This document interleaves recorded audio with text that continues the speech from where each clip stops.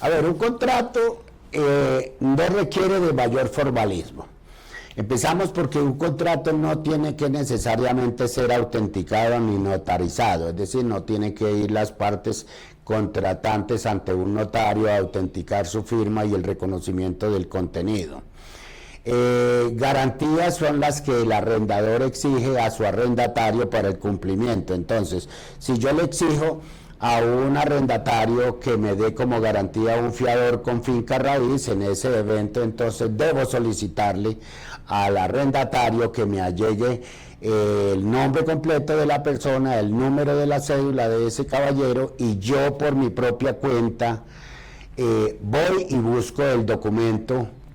el certificado de libertad, porque conocemos que en este país se presentan situaciones de mala fe. Uno ve, por ejemplo, en el centro de Bogotá muchas publicaciones de necesita un fiador, nosotros se lo concedemos, ellos ofrecen fiadores por 100.000, por 150.000, por 200.000 y le presentan a uno un certificado de libertad que a los 2, 3 días usted va a sacarlo y ya resulta que la persona que sirve de fiadora no aparece como propietario. Entonces, un consejo en este tipo de contratos es que la misma persona que va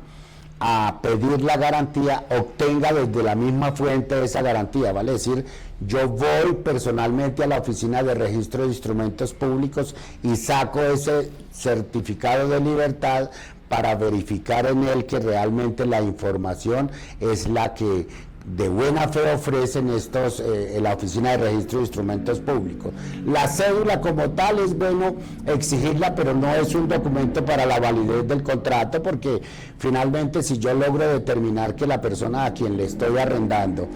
es realmente el que se anuncia, pues no tengo problema, pero son situaciones que dan mayor seguridad a la celebración de estos contratos. Tenemos que revisar que los contratos como tal vienen conformados por una serie de cláusulas en las que se insertan las obligaciones por parte del arrendador y otras obligaciones por parte de los arrendatarios. Entonces, si el incumplimiento es por parte del arrendador, al arrendatario le quedan dos opciones: pedir la terminación anticipada de ese contrato o, en su defecto, hacerlo cumplir y exigir el pago de los perjuicios que se causan. Normalmente en los contratos de arrendamiento hay una cláusula que se llama cláusula penal por incumplimiento. Eso se traduce en la tasación anticipada de los perjuicios. Entonces, yo sencillamente, ante el incumplimiento por parte de mi arrendador, lo que hago es ejecutar la cláusula penal para con ello se me paguen los perjuicios que se me causan y continúo con la ejecución del contrato. Si yo considero de que por el incumplimiento del arrendador no debo cumplir las demás cláusulas del contrato, entonces pido la terminación anticipada, la terminación unilateral del contrato, invocando esas causales. Cuando el incumplimiento es por parte del arrendatario, entonces la situación es distinta. De todas maneras, la cláusula penal que se pacta en el contrato es una cláusula que aplica para ambas partes. Entonces, si el arrendatario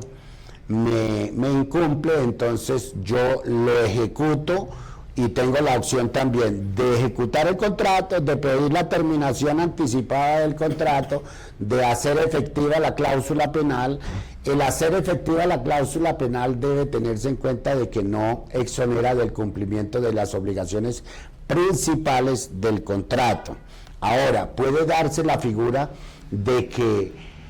el arrendador haya cumplido cabalmente su contrato y el arrendatario también, pero el arrendador pretenda terminar su contrato de manera anticipada. Entonces, si es un contrato civil, como sucede con los contratos de arrendamientos de vivienda urbana, de vivienda rural, o sea, contratos que no tienen nada que ver con el Código de Comercio, entonces se aplica la ley 820, que es la que regula ese tipo de contratos, y allí hay un artículo que establece que cuando se pretende terminar anticipadamente un contrato de arrendamiento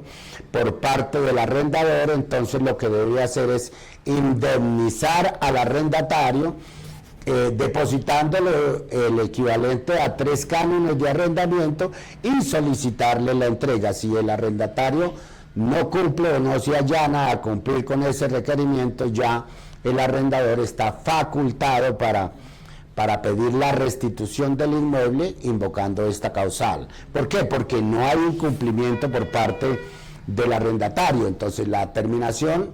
normalmente una de las principales terminaciones de los contratos es el incumplimiento, pero se dan figuras en las que necesariamente el arrendador requiere del bien por alguna circunstancia. Esto respecto de los contratos civiles. Cuando el contrato es comercial, entonces se debe revisar con detenimiento el contenido del artículo 518 del Código de Comercio, que trae 3 causales para la terminación anticipada de ese contrato. ¿Por qué? Porque el artículo 518 dice que el empresario que a título de arrendamiento haya tenido un inmueble con una empresa que haya explotado en ella por más de 2 años tiene derecho a la renovación automática de ese contrato. Entonces es un derecho que se adquiere cuando yo tengo más de 2 años ocupando el mismo inmueble con una empresa.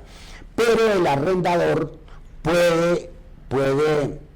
pedir la entrega de ese bien si se hace antes de los 2 años a través de la indemnización, y si es después de los 2 años, entonces no puede hacerlo sino cuando se cumplen cualquiera de las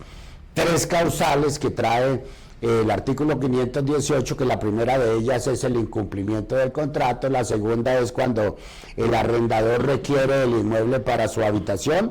o la de su familia, y la tercera cuando pretende establecer en el inmueble una empresa sustancialmente distinta de la que tiene el arrendatario. A ver, los contratos de arrendamiento tienen unas cláusulas específicas, como es la fecha de inicio y la fecha de terminación. Si el contrato de arrendamiento no se anuncia su terminación, implica que el contrato se prorroga automáticamente, y así hay una cláusula que inserta en estos contratos que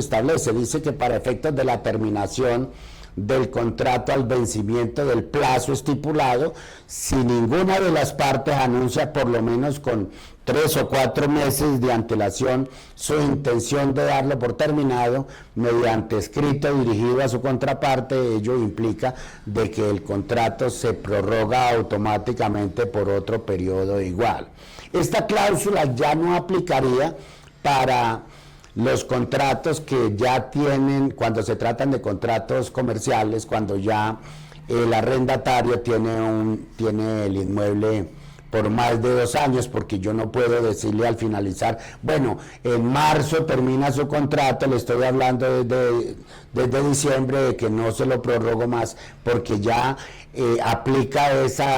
esa primera norma del artículo 518, donde dice que ya como el arrendatario tiene más de 2 años, se da la prórroga automática, por más que a mí traten de desahuciarme en los términos del artículo 2007 y 2035 del Código Civil, ese requerimiento y ese desahucio ya no aplica, porque hay una norma especial que le da la garantía al arrendatario de la prórroga automática de ese contrato. Si no se dice nada, el contrato puede durar a perpetuidad, prorrogándose automáticamente por un periodo similar al inicialmente pactado. A ver, los contratos de arrendamiento tienen cláusulas, y lo primero que debe revisarse es que ninguna de las cláusulas resulten leoninas para los intereses que representa. Vale decir que yo no puedo permitir que en el contrato de arrendamiento se me coloque una cláusula penal que supere, por ejemplo, el 50% del valor del canon de arrendamiento que se paga, del canon de arrendamiento durante un periodo de 1 año. La ley, por costumbre, y como la costumbre hace derecho, ha determinado que las cláusulas penales normalmente contienen el equivalente a 2 o 3 cánones de arrendamiento, indistintamente de que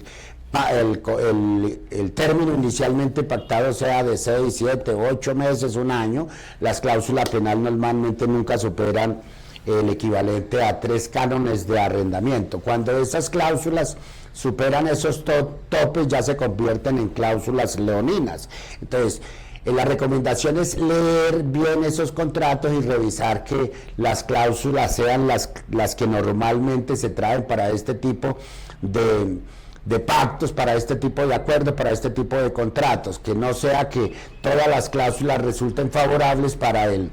arrendador, que por ejemplo la cláusula penal solamente aplique para el caso del cumplimiento del arrendatario y que el arrendador no tiene ninguna afectación en caso de que se dé un incumplimiento. No, los contratos por ser consensuales son bilaterales y las cláusulas deben afectar o favorecer a ambas partes de manera equitativa. Entonces la recomendación es revisar las cláusulas que no resulten leoninas para alguno de los contratantes. Doctor, muchas gracias y el saludo cordial a todos los televidentes y nos vemos el próximo programa. Gracias, muy gentil a ustedes, muy amable por la invitación.